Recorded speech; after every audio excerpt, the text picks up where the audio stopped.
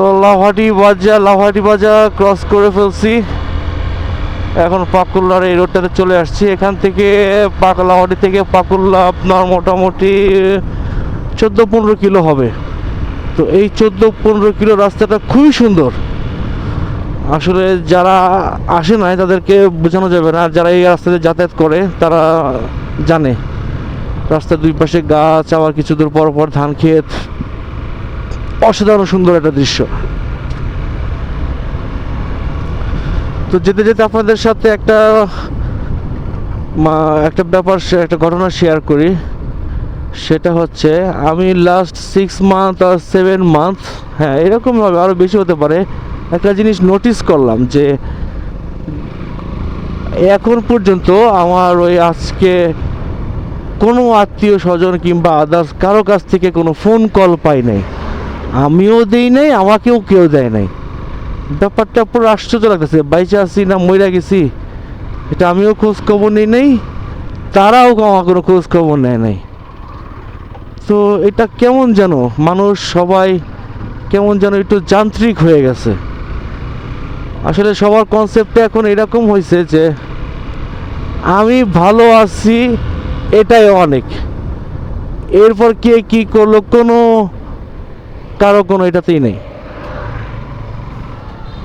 So আপনি ভালো আছেন, আপনার সন্তান ভালো আছে, আপনার বাবা মা এদেরকে নিয়ে ভালো আছেন, এইটুকু পর্যন্তই হচ্ছে তাদের পৃথিবী সীমাবদ্ধ। কিন্তু এর বাইরে আর কারো জাস্ট ফর্মালিটি, হয়তো বা বছরে একবার দুবার ফোন দিচ্ছে কি খবর কেমন আছি, এই পর্যন্তই জাস্ট। এটা বলতেছি আসলে আমাদের সবারই উচিত, যাদের আত্মীয় স্বজন আছে একটু ভালো অবস্থানে কিংবা অন্য আত্মীয় স্বজন একটু খারাপ অবস্থানে আছে, তাদেরকে করা, খোঁজ খবর নেওয়া। দেখা যায় কি একটু ফোন দিলে, কথা বললে, একটু অনেক কিছু শেয়ার করলে একটু সাহসটা বাড়ে। মাঝে মধ্যে এই নিষ্ঠুর দুনিয়াতে এত কিছু যুদ্ধ করে জীবন ধারণের পরও আমার একা লাগে, খারাপ লাগে। তখন যদি মনে হয় না পাশে কিছু ভালো লাগার মানুষ আছে, কিংবা কিছু মানুষ আছে যে বিপদে পড়লে, কোনো সমস্যা হলে তারা পাশে থাকবে, এই ব্যাপারটা খুবই ভালো লাগে।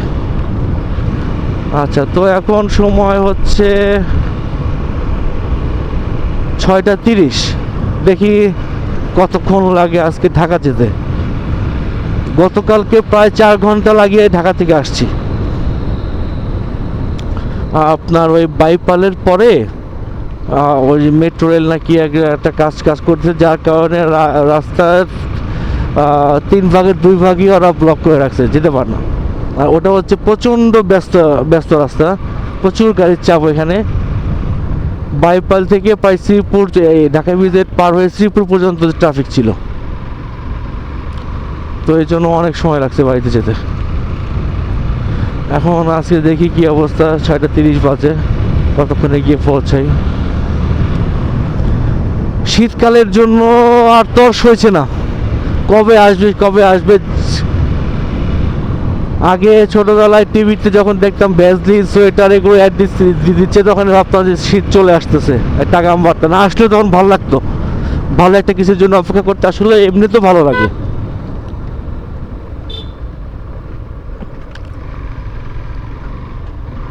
তো এটা হচ্ছে একটা ব্রিজ, খুব সুন্দর ব্রিজ। দেখেন এখানে শীতকালে কিংবা গরমকালে বসে আড্ডা দেওয়া প্রাণ জুড়ে যাবে।